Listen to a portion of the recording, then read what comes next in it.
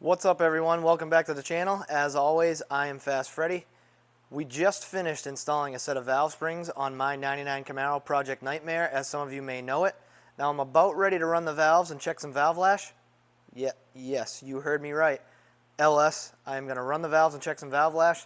Stick with me here and I will explain.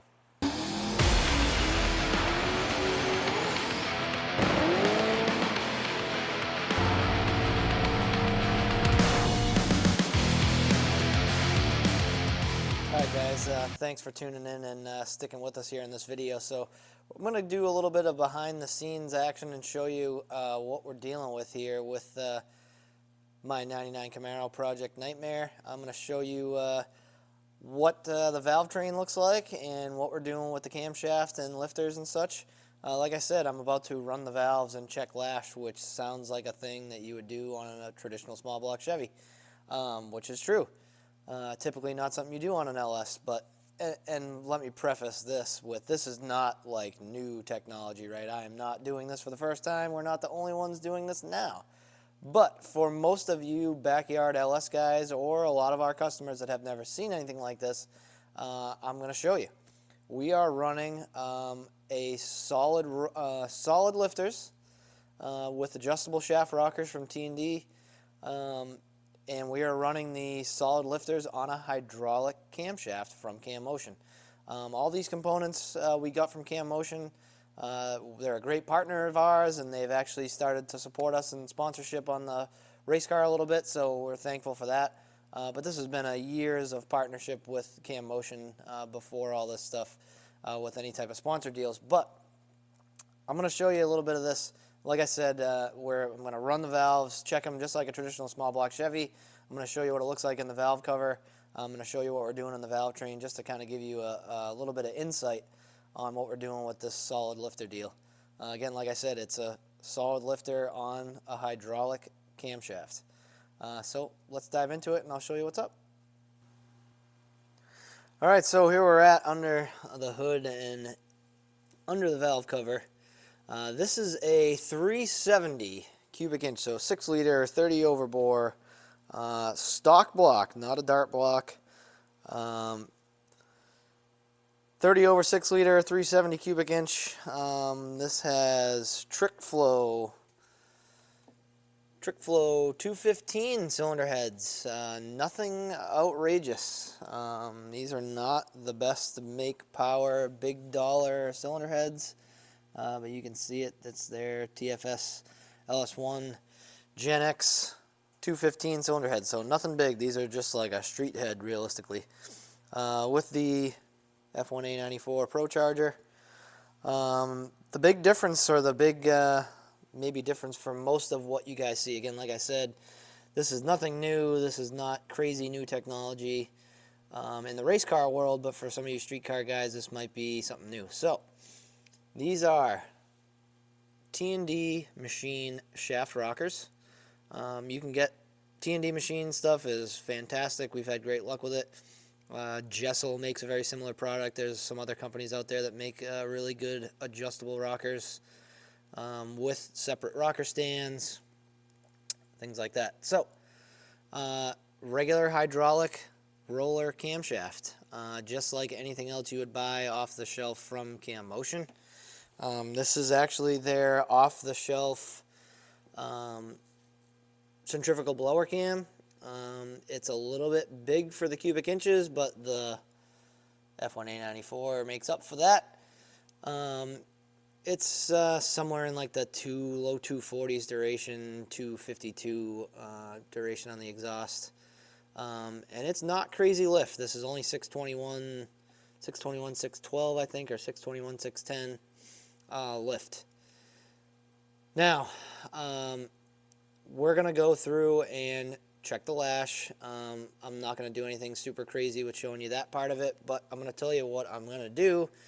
How you do it is, or at least how I'm doing it with this, is the EOIC method. So, exhaust open, intake close. So, when the exhaust, you roll the motor over. When this exhaust rocker just starts to open, check the lash on the intake. And then vice versa, when this intake closes, the intake rocker starts to close, you check the lash on the exhaust side. So EOIC, exhaust open, check the intake, intake closed, check the exhaust.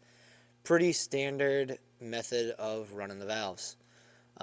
What we do that is different with this than a typical solid roller camshaft deal is solid roller camshafts have a very aggressive ramp rate, and you end up having to leave some sort of lash on the rockers. Typically, 18 to, we'll say, 22 thousandths cold lash is pretty typical. With the hydraulic, this is a hydraulic cam. It's meant to not be quite as aggressive.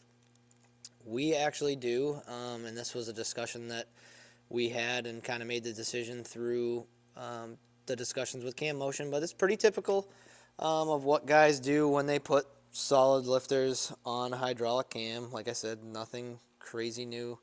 There's actually a really good video about this on Engine Masters. We decided to go with zero lash, or tight lash. It's different than what their low lash camshafts and stuff are, because this is really kind of a small camshaft for solids, but again, that guy down there makes up for it.